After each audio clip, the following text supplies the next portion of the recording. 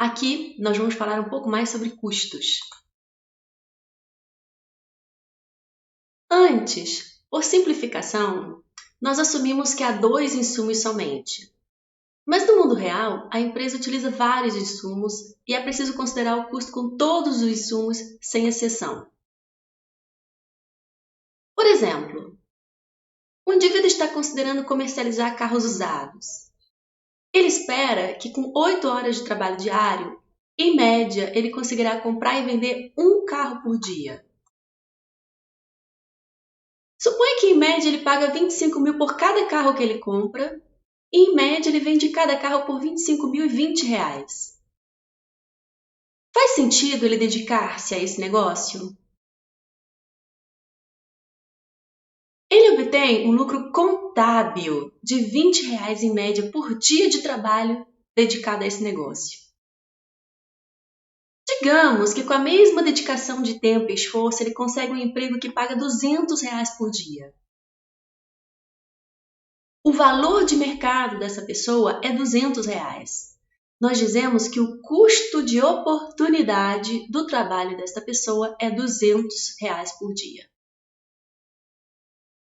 O custo de oportunidade é a melhor alternativa que se abdica ao dedicar algum recurso para o empreendimento. Quando nós consideramos o custo de todos os insumos utilizados neste negócio, nós percebemos que o real custo deste negócio é os 25 mil que ele paga pelo carro, mais os 200 que é o valor do trabalho dedicado a este negócio. Nós chamamos este custo de custo econômico. Esses 200 não requer um desembolso de dinheiro, mas é um custo implícito deste negócio. Utilizando este custo, nós percebemos que este empreendimento, na verdade, dá um prejuízo de R$ 180. Para saber se o empreendimento vale a pena ou não, para fins de tomada de decisão, nós precisamos considerar o custo de todos os insumos utilizados, avaliados ao seu valor de mercado ou custo de oportunidade.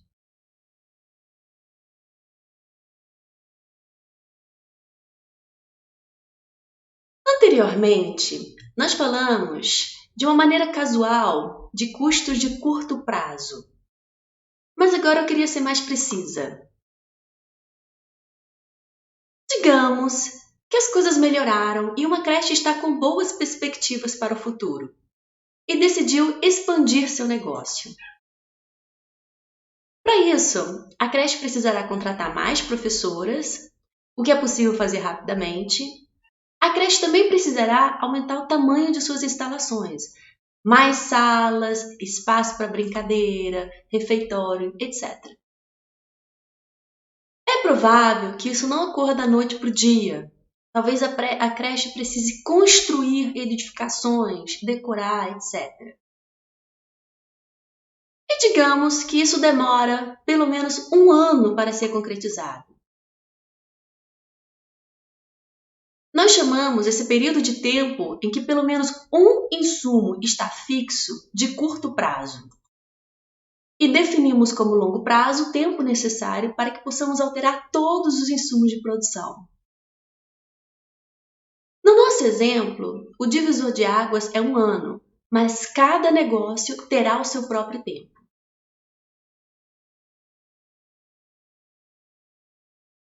Nós vamos falar agora de diferentes medidas de custo.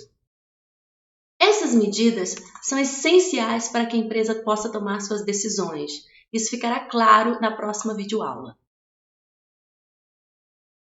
Antes de começarmos, eu queria explicitar as hipóteses subentendidas nessa parte. Primeiro, a empresa está incluindo todos os custos em todos os insumos utilizados. Ou seja, trata-se de custo econômico. Segundo, o preço ou custo de oportunidade de cada insumo está fixo. É dado do ponto de vista da empresa no sentido de que ela não tem o poder de alterar o preço de equilíbrio de mercado desses insumos. Terceiro, a empresa já resolveu o problema de minimização de custo e nós sabemos sua função custo, que nos informa o custo mínimo de produzir uma dada quantidade Q qualquer. Por hora, nós vamos assumir que estamos no curto prazo, ou seja, pelo menos um insumo ou fator de produção está fixo. Muito bem.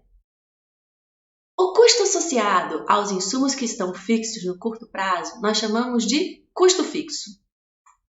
Se a empresa produz uma unidade, 1000 unidades ou nada, o custo dos fatores fixos está fixo e precisa ser pago.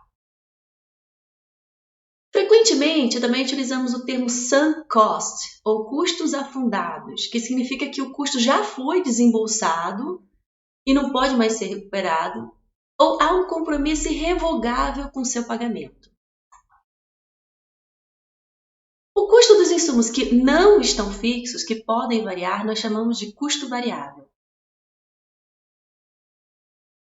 Se você quiser produzir mais, você precisará usar mais insumos variáveis e seu custo variável cresce. A soma de todos os custos, independente de serem variáveis ou fixos, nós chamamos de custo total. Eu vou introduzir as demais medidas de custo no contexto de um exemplo. Suponha que uma empresa aluga o seu espaço físico e há um contrato de aluguel que fixa esse custo no curto prazo. Digamos que esse custo é equivalente a R$100 por dia. Mesmo que a empresa não produza nada, ela ainda precisa pagar o aluguel. Independente de quantas unidades a empresa produz, esse custo está fixo. Ela também utiliza outros insumos, mas esses não estão fixos. Ela pode variar. Por exemplo, matéria-prima. Se ela não produz nada, ela não precisa comprar insumos variáveis e seu custo variável é zero. Se ela quiser aumentar a produção, ela precisa usar mais insumos variáveis e o custo variável aumenta. Aqui nós temos a representação gráfica do custo variável para este caso. O custo total é a soma de todos os custos, independente de serem fixos ou variáveis. Graficamente, é só deslocar a curva de custo variável para cima em exatamente 100, o custo fixo. Perceba que a distância vertical entre essas duas curvas é sempre a mesma, o custo fixo. Agora, eu queria falar de uma outra medida de custo, o custo por unidade produzida, ou custo médio. Nós podemos calcular o custo total médio, o custo variável médio e o custo fixo médio. Eu vou começar pelo custo fixo médio. É o custo fixo por unidade produzida. O meu custo fixo é 100. Se eu produzo uma unidade, o custo fixo por unidade é 100. Se eu produzo 2 unidades, o custo fixo por unidade é 50. E assim vai. Eu não posso dividir por zero, então eu vou colocar um tracinho aqui para indicar que não se aplica a fórmula neste caso. O mesmo vale para todos os custos médios. Esta é a representação gráfica do custo fixo médio. Como o custo fixo é uma constante, conforme aumentamos a quantidade produzida, o custo fixo médio cai, sem nunca encostar no eixo. O custo variável médio é o custo variável por unidade produzida. Quando eu produzo 2 unidades, o custo variável é R$ 88, por unidade produzida é 44. Representando graficamente,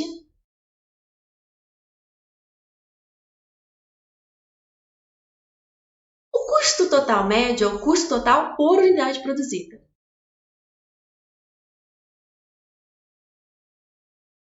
Agora, definindo esses custos.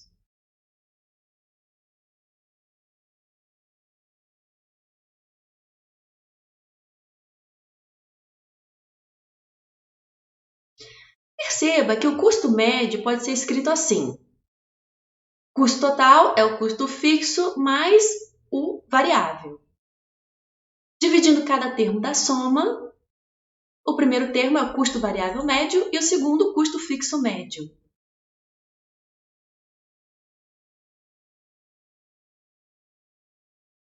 O custo total médio é o custo variável médio mais o custo fixo médio. Será esta curva, custo variável médio, mais a curva de custo fixo médio. Como o custo fixo médio cai conforme a produção aumenta, o valor que eu vou adicionar ao custo variável médio será cada vez menor. E a curva de custo total médio ficará cada vez mais próxima da curva de custo variável médio.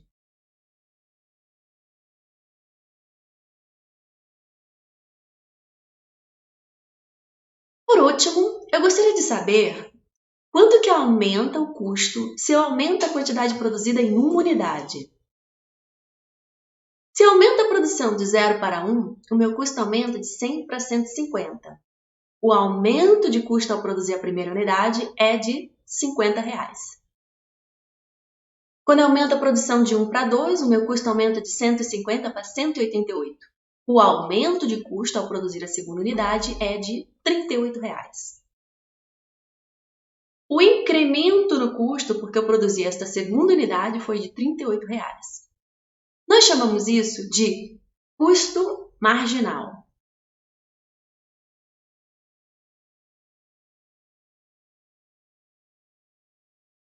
Eu não posso variar a produção de menos 1 para 0. Então, eu vou colocar um tracinho aqui na quantidade 0 para indicar que não se pode calcular isso.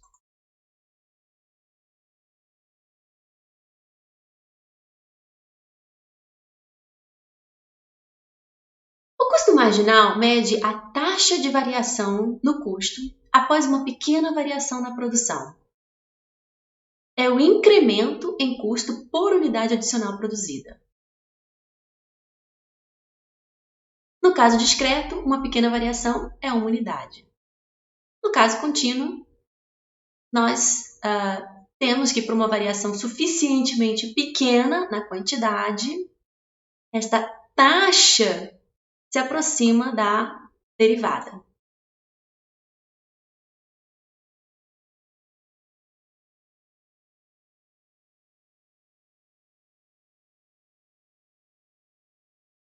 Perceba que essas curvas não têm esse formato por acaso.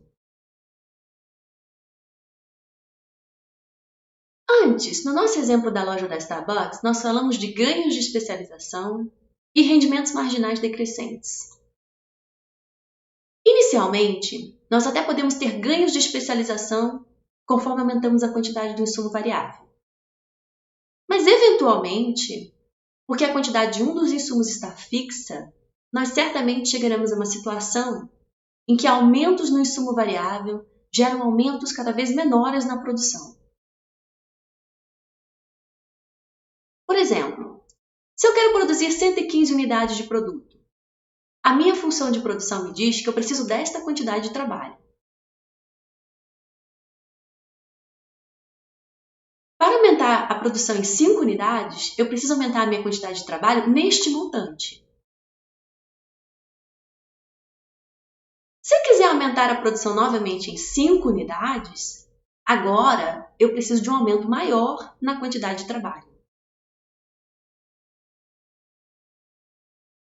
Para ter um certo aumento na produção, precisamos aumentar a quantidade de trabalho cada vez mais. Nós temos que pagar por esses trabalhadores extras, por isso o custo aumenta cada vez mais rápido com a produção. Ou seja, a função custo fica mais inclinada conforme a quantidade produzida aumenta, a partir de um determinado nível de produção.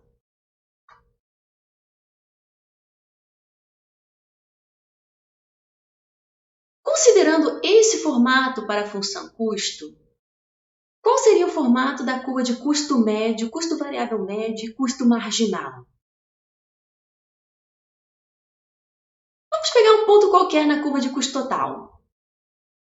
O custo médio é o custo dividido pela quantidade produzida,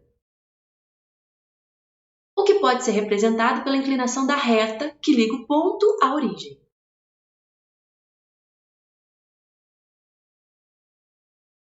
Perceba que inicialmente o custo médio, ou a inclinação desta reta, cai conforme aumentamos a produção, mas depois começa a subir. Cai, depois sobe. O custo médio tem um formato que lembra um pouco a letra U.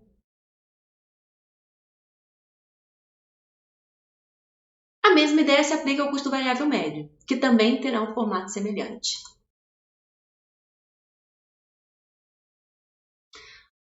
O custo marginal é a derivada da função custo em relação a quê? É a inclinação da reta tangente no ponto. E essa inclinação, primeiro, cai, conforme aumentamos a produção, depois sobe. Um formato semelhante à letra U.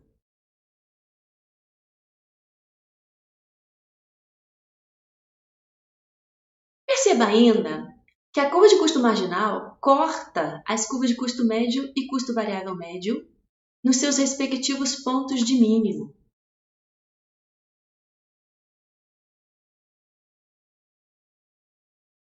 Deixa eu demonstrar isso. Para encontrar o ponto de mínimo da curva de custo médio, eu vou derivar o custo total médio em relação à quantidade e igualar a zero. Para enfatizar que o custo médio depende de quê, eu coloquei aqui custo médio em função de quê? O custo total é o custo dividido pela quantidade produzida. Então, a derivada de um quociente.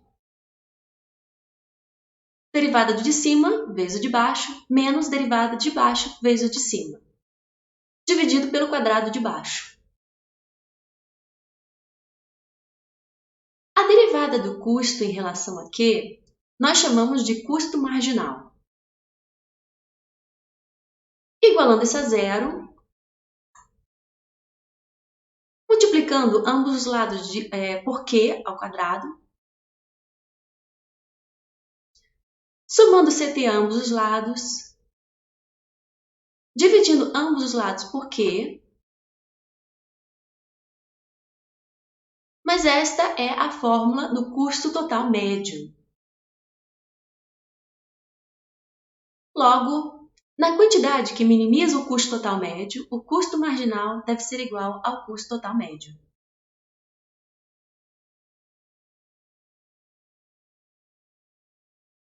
Uma derivação semelhante mostrará que o mesmo deve ser verdade para o custo variável médio.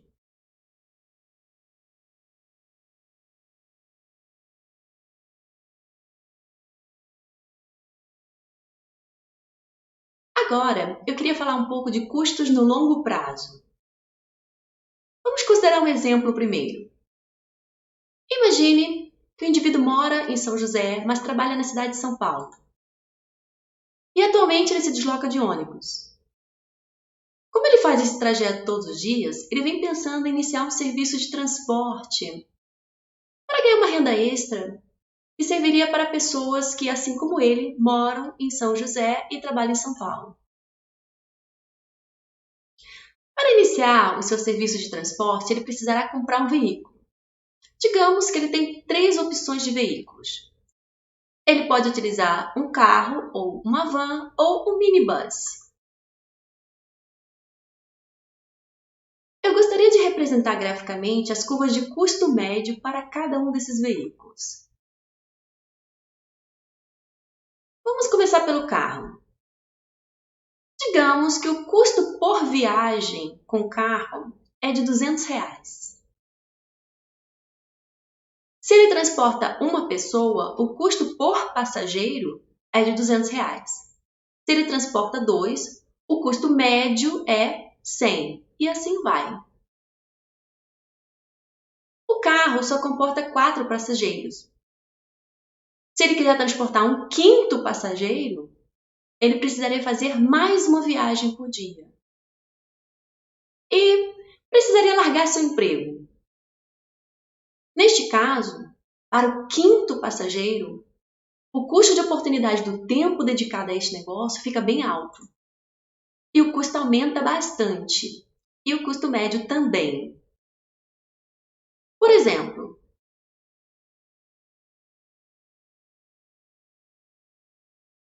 outra possibilidade seria comprar uma van.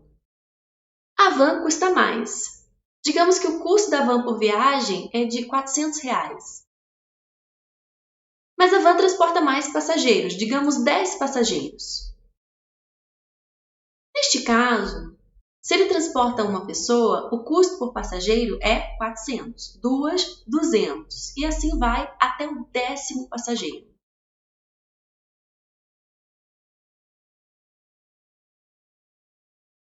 Para o 11º passageiro, o custo de oportunidade do seu tempo pressiona o custo e o custo médio sobe bastante.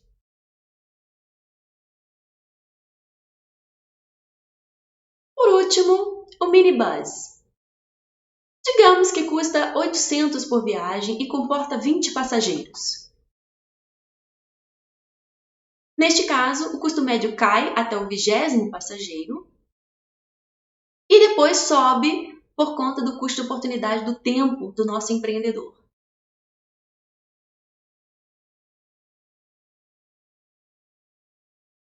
Se ele quer transportar menos de 5 passageiros, o veículo que fornece o menor custo por passageiro transportado é o carro. Então, é melhor ele comprar o carro. Se ele quer transportar 5, é melhor usar a van. Até 10 é melhor usar a van.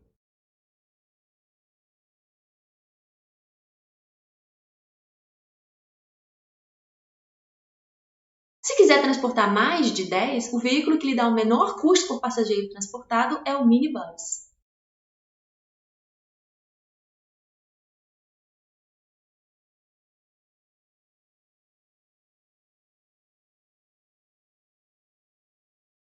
Esta curva em lilás representa o custo médio do seu negócio quando ele pode escolher o veículo, ou seja, quando o capital pode variar. Digamos que ele fez uma pesquisa de mercado e, dada a demanda esperada pelo seu serviço, ele identificou que o veículo mais adequado seria a van.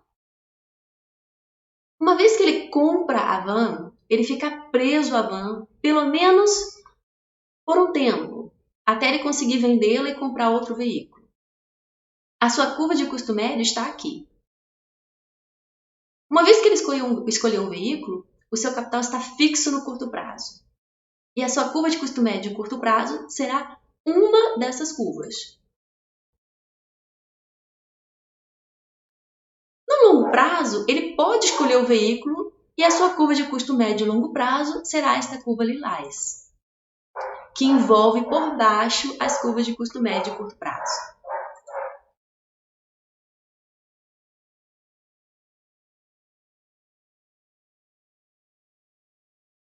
A mesma ideia se aplica para uma empresa escolhendo o tamanho de suas plantas de produção.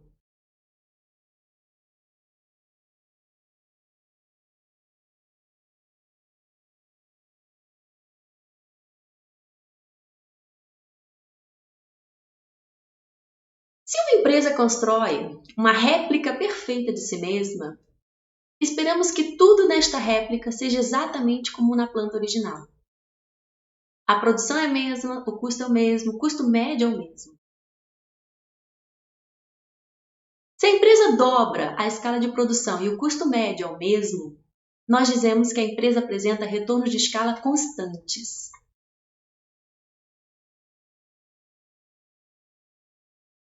Mas e se essa empresa produz algumas variações de um mesmo produto? Por exemplo, uma empresa de cereais que produz 2 tipos de cereais. Neste caso, com 2 plantas de produção, a empresa pode dedicar uma planta para cada tipo. Assim, a empresa não precisa fazer os ajustes para alterar a produção. Se isso permitir uma queda no custo de produção por unidade, nós dizemos que a empresa apresenta retornos crescentes de escala. Economias de escala.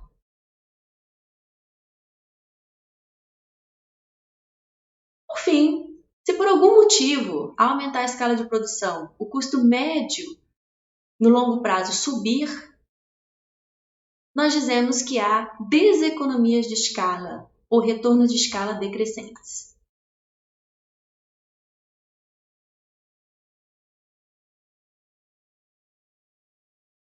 Vamos considerar um exemplo com funções.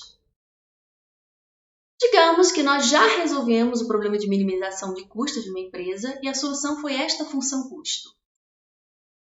Qual o custo médio e o custo marginal neste caso? O custo médio é o custo dividido pela quantidade produzida.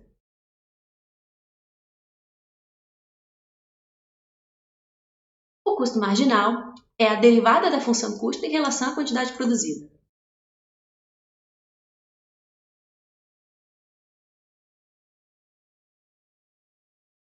Assim como a função custo, o custo médio e o custo marginal aumentam se o preço de um insumo aumenta.